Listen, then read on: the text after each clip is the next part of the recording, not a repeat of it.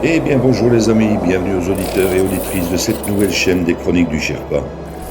Comme vous allez le comprendre ici, nous allons faire non pas un retour vers le futur, mais bien un retour vers le passé, telle la machine du projet Looking Glass, afin de reprendre les événements en 2020 pour remonter l'actualité vers 2025. Je vous invite à me suivre au travers de mes très nombreuses analyses de situation qui ont rythmé ces dernières années au gré d'une multitude de sujets clivants concernant le plan divin et christique de l'Alliance et de la communication militaire Q. Du nouvel ordre mondial mort-né au nouveau monde et à l'âge d'or qui se profile à l'horizon, vous comprendrez un peu mieux ce plan militaire américain au travers de plus de 155 analyses écrites en temps réel et éditées en podcast par une très belle équipe d'âmes éveillées.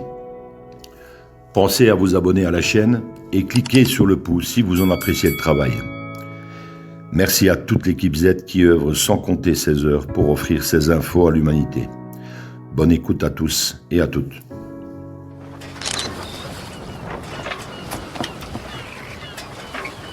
Where we go one, we go all.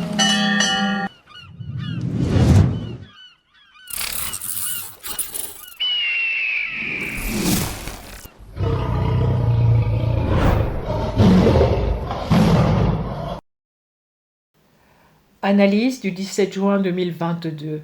Thierry Pirlot, Sherpa One. Les armes anti-chars en question offertes à l'Ukraine. Nous sommes dans une guerre psychologique et une guerre de l'information. Vous assistez également à une psyops concernant les quantités et surtout la qualité de l'armement envoyé à l'Ukraine par les pseudo-amis de Zelensky. Pour des militaires, cela tombe sous le sens. Pour des néophytes, beaucoup moins.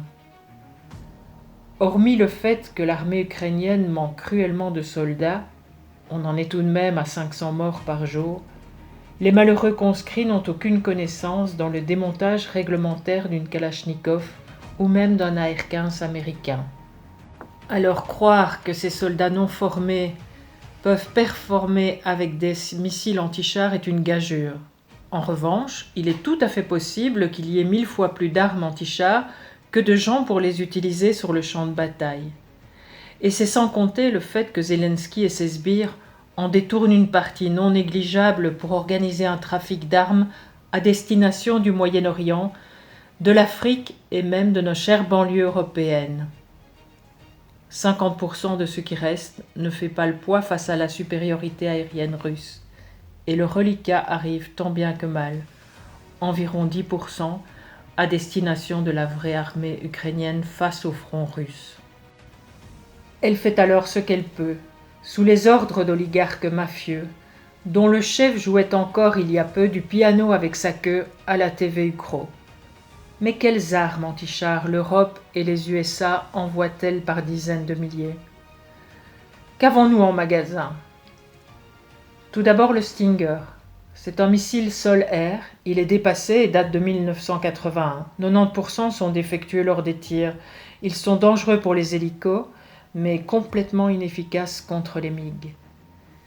Nous avons également le Javelin. C'est un missile sol-sol, il est dépassé et date de 1996. Beaucoup de longs feux et problèmes de batterie. Les Javelins sont parfois dépourvus de chargeurs de batterie pour le système et pour la caméra thermique. Le missile Milan 1, complètement dépassé, datant de 1976. C'est une ogive à charge creuse, impuissante sur les blindages réactifs russes et d'ailleurs, la France vide ses stocks en les envoyant vers l'Ukraine. Tu m'étonnes. C'est Zelensky qui doit être content.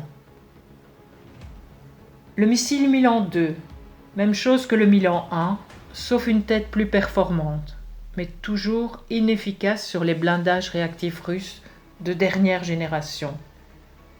C'est juste bon pour que Macron se donne bonne conscience. Milan F1, Milan F2, Milan F2A, Milan F3, Milan ER. Ce dernier est un missile à portée allongée à 3000 mètres de 2014 à létalité renforcée. Il y a fort à parier que les Français ont refusé de donner des F-3 et ER dernière génération pour éviter d'entamer leur propre stock, au cas où. Nous avons également le missile Tau, américain sol-sol, datant de 1970, à la ramasse au niveau perforation. Le Tau 2 n'est sûrement pas pour les Ukro. Il y a également le Nlao SAP 2002. C'est déjà beaucoup plus sérieux. The Ultimate Tank Killer, Fire and Forget. Il possède des charges en tandem pour une attaque du tank vers le haut via une charge creuse cinétique à déclenchement perpendiculaire. Il est 10 fois moins cher que le Javelin et 10 fois plus performant. Très très efficace. Mais bon, les Rosebif leur en auraient filé 2000 soi-disant. Mais j'ai des doutes, vu qu'ils en possèdent seulement 20 000.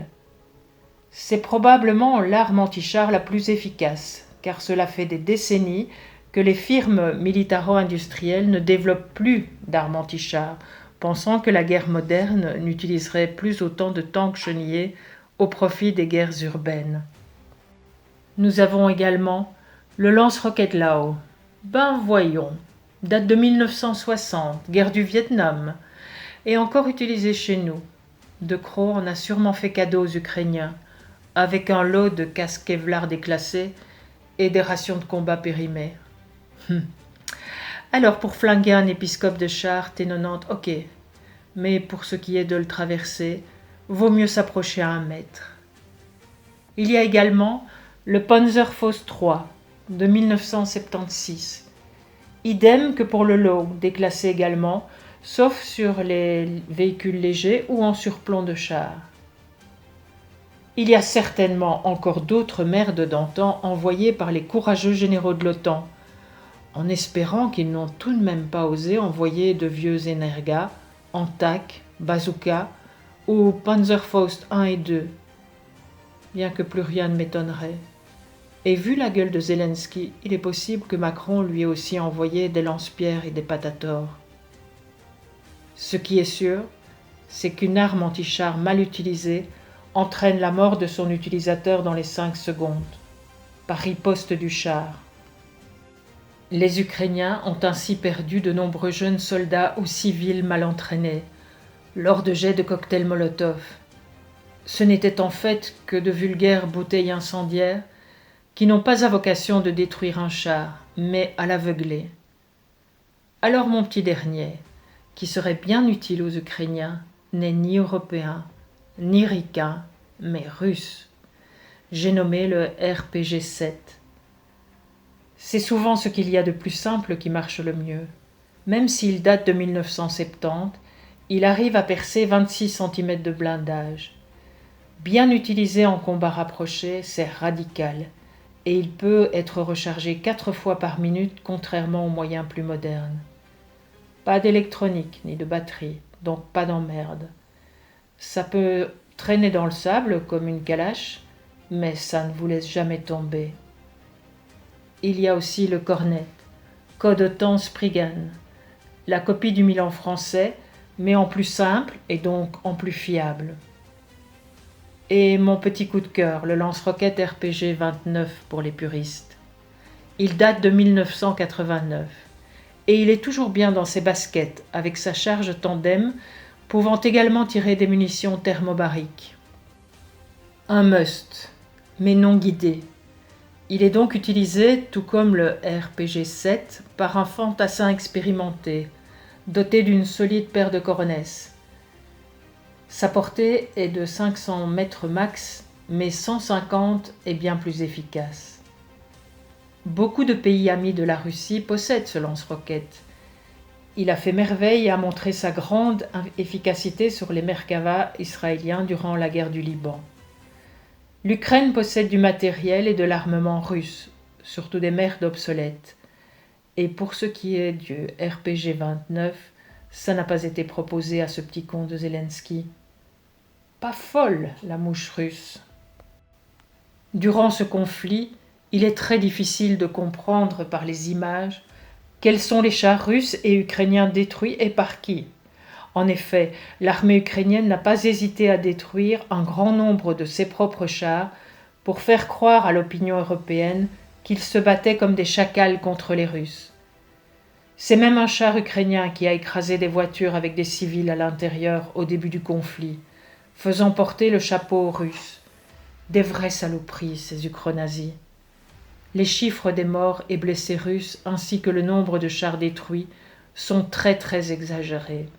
En revanche, du côté ukrainien, on le verra à la fin de l'histoire, mais 500 hommes par jour, soit 15 000 par mois de guerre, est un véritable génocide humain et militaire, ourdi non pas par les Russes qui font leur taf, mais par l'inconscience de Zelensky et de son état-major aux ordres de l'OTAN. Il envoie ses soldats inexpérimentés au front, comme à Verdun, plutôt que de se rendre à la table des négociations, ce qui sera inévitable de toute façon. Ils en ont eu l'occasion avant de torpiller cette opportunité par l'opération False Flag du vrai faux massacre de la Boutcha, lorsque des civils ont été liquidés par Azov, ukronazis de merde, et non par des Russes. Voilà qui sont les vrais chacals. Pour le reste, l'armée russe n'a pas encore dévoilé son vrai matériel de guerre, n'ayant engagé à ce jour que de vieux tanks T des années 60, 70 et 80. Très peu de T-90 sont observés, ainsi que BMPT Terminator, véritable ange gardien des colonnes de chars russes. Le T-14 Armata est le petit dernier. C'est un char ultramoderne de 4e génération à blindage composite. La Russie dit en produire massivement pour 2022. Vous pouvez donc être certain qu'ils sont déjà prêts pour l'Ukraine au cas où, ou pour la 3e guerre mondiale si l'OTAN déconne. Ce char est encore peu connu de l'OTAN car top secret, mais vu son blindage, il ne craint rien du tout de tout ce qui est énuméré avant. Voilà donc la supériorité russe à l'œuvre en début de conflit, qui utilise tout son rebut pour se réserver le top quand les choses sérieuses arriveront. Et on ne parle pas ici des technologies MHD sous l'eau ou dans les airs. En effet, les armes hypersoniques, dites-vous bien que pour Vlad, Zelensky est à peine un hors-d'œuvre, voire un zakouski tiède. L'OTAN n'a qu'à bien se tenir. Merci de m'avoir écouté, Sherpa One. Les écrits du Sherpa contiennent des liens vers des articles ou vidéos que vous retrouverez dans le descriptif de ce podcast pour une meilleure compréhension.